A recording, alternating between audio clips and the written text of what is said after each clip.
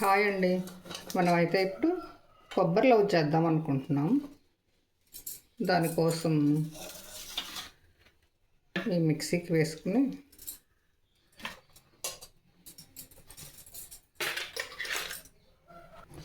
నేనైతే తురుముదాం అనుకున్నా కానీ మర్చిపోయి కొబ్బరి ముక్కలన్నీ తరిగేసేసా. అది ఈసారి ఎప్పుడైనా తురమడం. యాలకులు కూడా దీనిలో వేసేసుకుంటే బెటరు. మిక్సీ చేయడం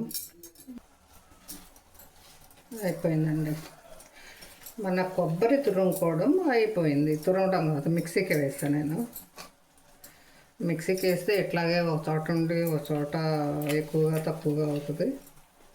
ఇట్లా కాకుండా స్టీల్ కొబ్బరి తురుముతో తురుముకుంటే చాలా బెటరు, బాగా వస్తుంది. మిగిలిన మళ్ళీ వేసుకొస్తా. ఇది ఈ తురుముతో తురుముకుంటే చాలా బాగా వస్తుంది. దీన్ని ఇలా ఫిక్స్ చేసేసి మీ అందరికీ తెలిసే ఉండి ఉంటుంది. ఇలా చక్కగా టచ్ అవుతుంది అన్నమాట, కదలదు. ఇంకా ఇలా లాక్ చేసుకుని దీనికి కొబ్బరి చిప్పతో చేసుకోవచ్చు.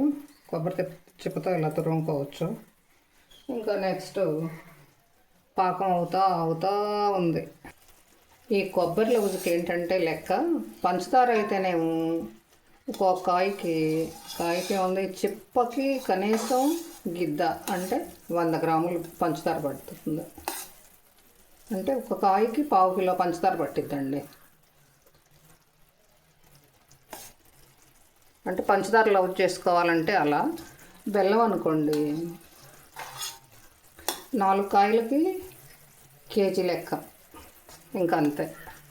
కానీ అదేం చేయాలంటే బెల్లం ఇలా నీళ్ళల్లో కరగపెట్టడం ఇలాంటి ప్రాసెస్ పెట్టుకుంటే ఉడికి గంగోలు కాలం అంతా ఇంకేసరికి మళ్ళా వేసవి రావాలి, అంత టైం తీసుకుంటుంది. అలా కాకుండా చక్కగా రాళ్ళు లేని బెల్లమో లేకపోతే పంచదారతో పట్టేసుకోండి, బాగా ఈజీగా అవుతుంది. నేను ఈ బెల్లంతో పడదామని ఎప్పుడో పెట్టా ఈ కరగబెట్టి. ఇంకా అయిన తర్వాత మళ్ళీ కొబ్బరి వేసిన తర్వాత మళ్ళీ ఉండపాకం రావాలి, అప్పుడే అవుతుంది ఈ కొబ్బరి. పొరపాటును కూడా ఈ పాకం అట్లా ఉంది కదా, తుంబంక పాకం అని చెప్తాం కదా, అంత శుద్ధ పాకం రాకుండా కొబ్బరి వేసేసామనుకోండి, అడుగంటిపోద్ది.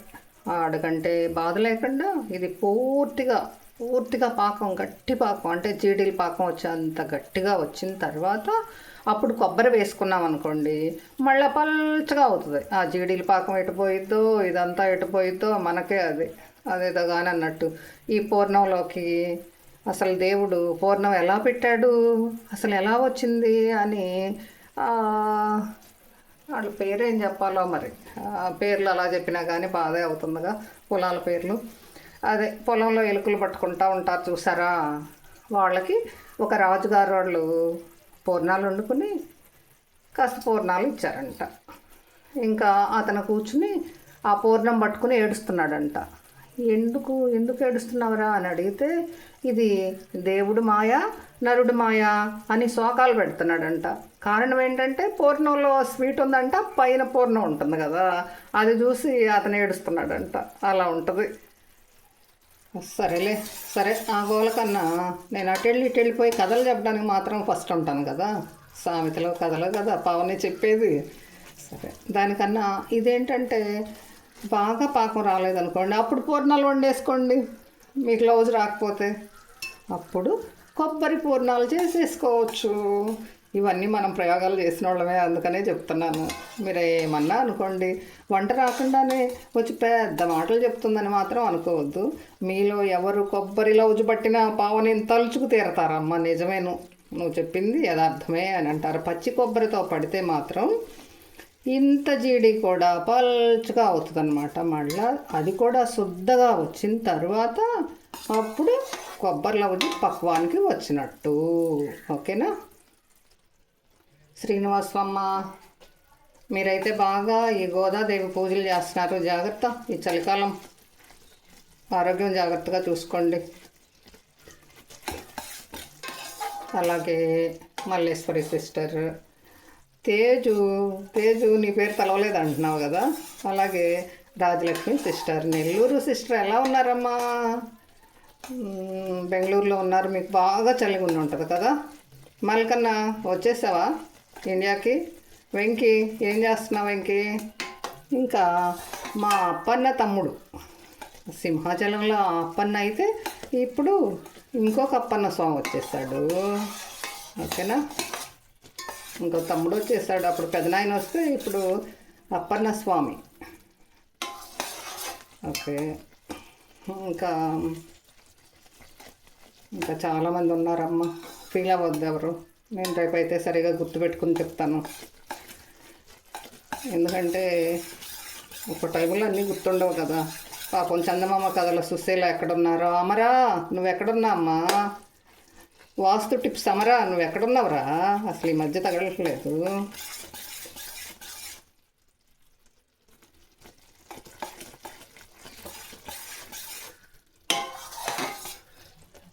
ఎస్ఎంజీ కుక్కరీస్ మల్లేశ్వర్ గారినే నేను పదే పదే తెలుస్తున్నా కదా. ఇంకెవరెవరు? సాయి కుకింగ్ సిస్టర్ ఎలా ఉన్నారండి మీరు? ఎలా ఉన్నారు సిస్టర్ మీరు? రావి లక్ష్మీ సిస్టర్, అబ్బో మీ ఇద్దరు వంటలు మామూలుగా చేయరు కదండి. మీ ఇద్దరు ఛానల్ స్వచ్ఛంగా వంటలేగా. మేము ఈ ముగ్గులు చెత్త చెదారం వేసి ఏదో ఒక విధంగా ఛానల్ని అలా ముందుకు తీసుకెళ్లే ప్రయత్నం మేము చేస్తే, మీరైతే అచ్చంగా వంటలు, ఎన్నో వెరైటీల వంటలు, పచ్చళ్ళు, రోటి పచ్చళ్ళు ఎంత బాగా చేస్తున్నారు సిస్టర్ మీ ఇద్దరు. సాయి కుకింగ్స్ను మరి రావి లక్ష్మి గారు ఇద్దరు సిస్టర్స్ అంతే, అలాగే చేస్తారు. రాజలక్ష్మి సిస్టర్, అభి, కన్నయ్య ఎలా ఉన్నారు మీరు? ఓకేనా. అరుణ, మరి ఇందాక ఒక అమ్మాయి పేరు మర్చిపోయానమ్మా, నాకు మెసేజ్ పెట్టింది. తిరువీధుల శ్రీకాంత్ ఎలా ఉన్నావమ్మా? గోపాలరాజు అన్నయ్య ఎలా ఉన్నారు మీరు? ఓకేనా. ఫ్యామిలీ ఫ్రెండ్స్ వీళ్ళంతా వీళ్ళేనండి, ఫ్యామిలీ ఫ్రెండ్స్ అంటే. ఇంకా మన పాకం కొంచెం దగ్గరికి వస్తుంది. చంద్రకళ సిస్టర్, సూర్యకళ సిస్టర్ ఎలా ఉన్నారమ్మా? ఓకేనా. ఓ నిన్న పోలియో డ్రాప్స్ ఫొటోస్ చూశాను రా చంద్ర, నీవి బాగున్నాయి. ఓకేనా, అయిపోయింది మన పాకం అనుకుంటున్నా, చూద్దాం. మీ ఇద్దరు మొక్కలు ఎంత బాగా పెంచుతున్నారు, ఎంత శ్రద్ధగా. అయిపోయిందమ్మో, వచ్చేసిందో ఈ టంగ్ మనే చిడిలి పాకం వచ్చేసినట్టే అంది కదా, టంగ్ మని. అయినా ఇంకొంచెం రానివ్వండి.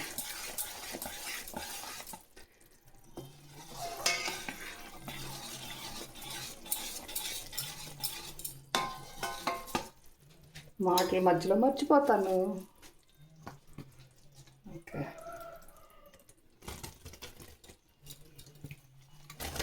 ఇదేం ఉప్మాలాగా మెల్లగా పోయాల్సిన పని లేదులే, ఒకసారి పడేసుకోవచ్చు. ఇప్పుడు చూడండి నేను చెప్పినట్టు అవుతుందో లేదో.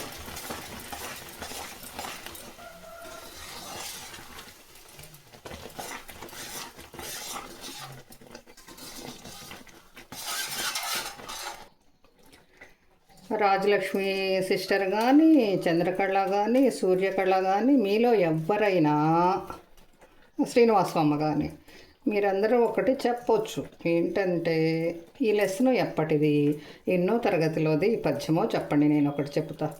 కలవారి కోడలు కలికి కామాక్షి, కడవలో పప్పు కలబోయుచుండా, అప్పుడే వచ్చిరి వారి పెద్దన్నలు, కాళ్లకు నీరిచ్చి కన్నీరు నింపే.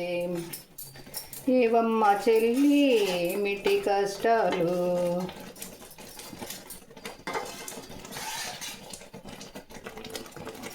ఉమా ఇది మధ్యలో పోయిందిరా, ఏంటి పద్యం కాదు.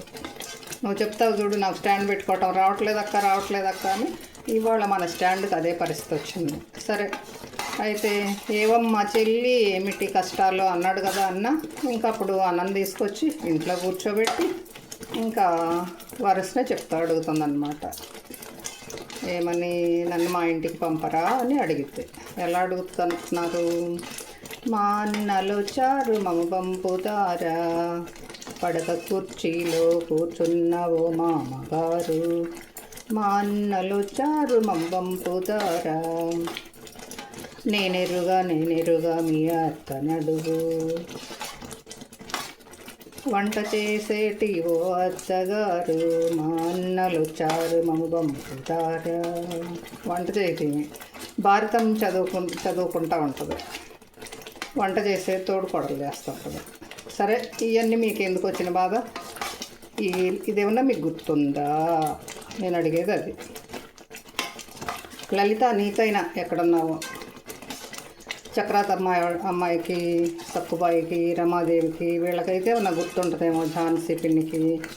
శిరీష, మీరైతే అసలు ఈ జనరేషన్ అట్లే, మీకు అసలు గుర్తుండదు. అనూష, నీకు కూడా గుర్తు తెలియకపోవచ్చురా, ఇది మేము చిన్నప్పుడు. మీరు ఈ జనరేషనే కానీ, అంటే మా తర్వాత ఎప్పుడో మా పిల్లలు కదా మీరందరూ.